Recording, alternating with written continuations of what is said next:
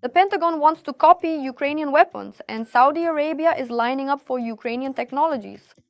Ukraine, which just 3 years ago was begging the world for at least one air defense system, is now teaching NATO how to fight drones. The export of Ukrainian weapons will become a reality.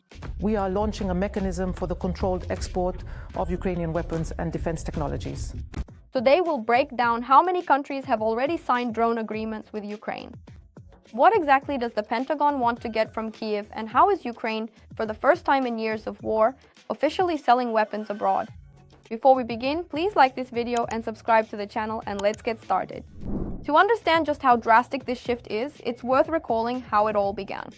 After February 2022, Ukraine imposed a complete ban on the export of weapons. The entire defense industrial complex of the country was working exclusively for the front, and even the very idea of selling anything abroad was seen as completely unacceptable. The situation only began to change in the fall of 2023, when Zelensky announced a controlled export program called Zbroya, weapon. However, real steps were constantly postponed, first until November 2025, and then the process stalled again. They only returned to this issue in February 2026, when Ukraine issued its first export permits. Ukrainian arms exports are now open. This is the decision that Ukrainian arms manufacturers and our foreign partners have been waiting for. It is a very significant expansion of security cooperation, both with the United States and in Europe. We are doing everything possible to ensure that we can produce enough anti-ballistic missiles here in Ukraine or jointly with our partners. This is our constant task. Additional missiles for air defense, and of course it is best to produce them independently or together with those who can quickly ramp up production and are technologically on par. According to Deputy Secretary of the National Security and Defense Council, David Aloyan, Ukraine has already signed 6 drone agreements in recent months. Saudi Arabia, the United Arab Emirates, Qatar, Azerbaijan, as well as 2 NATO countries, Latvia and Lithuania, have joined these agreements.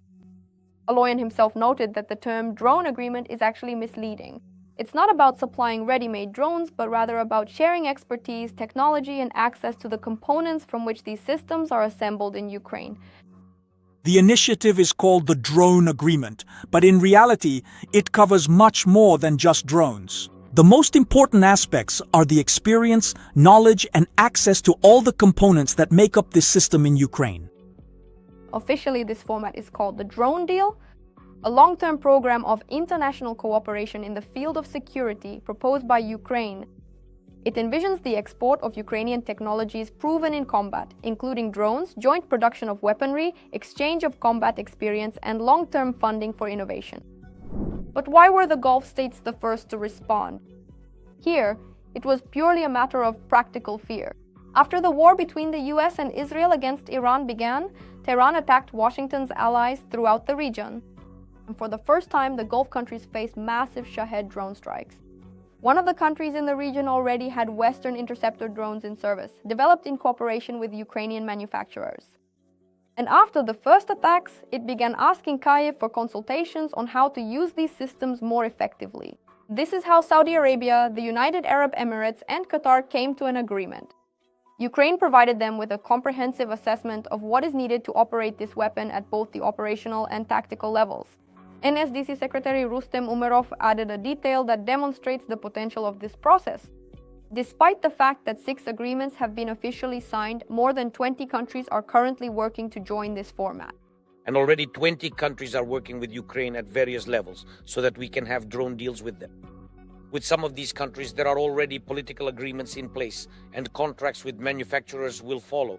Each agreement is designed for 10 years and provides not for a one-time delivery, but for long-term defense cooperation, joint production, technology exchange, and the development of competencies. According to Aloyan, the main focus is now shifting specifically to NATO partners, primarily to countries located closer to Russia or Ukraine itself, which are having to defend themselves more and more actively against drones. If things are relatively straightforward with the Persian Gulf, they simply purchase ready-made expertise, then the situation with the United States is much more delicate. According to Bloomberg, the American side has sent Kyiv a draft of a possible framework agreement, and here the demands appear almost provocative. The Pentagon wants to first test Ukrainian drones and electronic warfare systems on its own territory before signing any supply contracts. There are proposals on the table with our American partners, and this concerns drones, defense systems, and our other types of weapons that are needed to build real protection in the air, on land, and at sea. This requirement surprised the Ukrainian side. The weapons have already proven their effectiveness not on a training ground, but in real war every day on a front that stretches 1,000 kilometers. Instead, rather than a classic agreement on technology transfer, the Americans are proposing a format that allows their military to test and evaluate Ukrainian systems in order to shape their own future weapons requirements.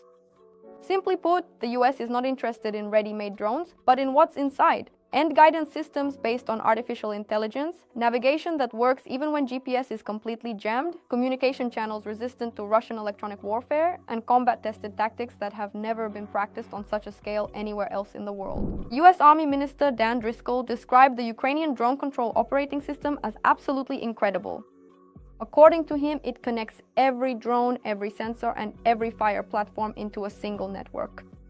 Previously, back in August 2025, Zelensky stated that Ukraine was ready to offer the US a $50 billion deal for 5 years with the production of up to 10 million drones per year.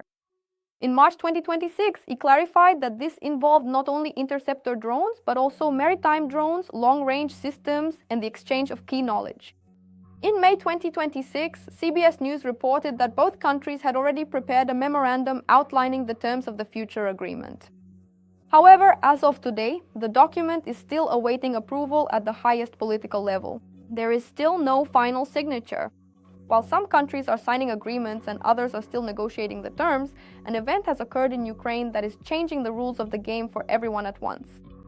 On July 1, 2026, the Cabinet of Ministers approved the first transparent mechanism for the controlled export of Ukrainian weapons and defense technologies to partner countries.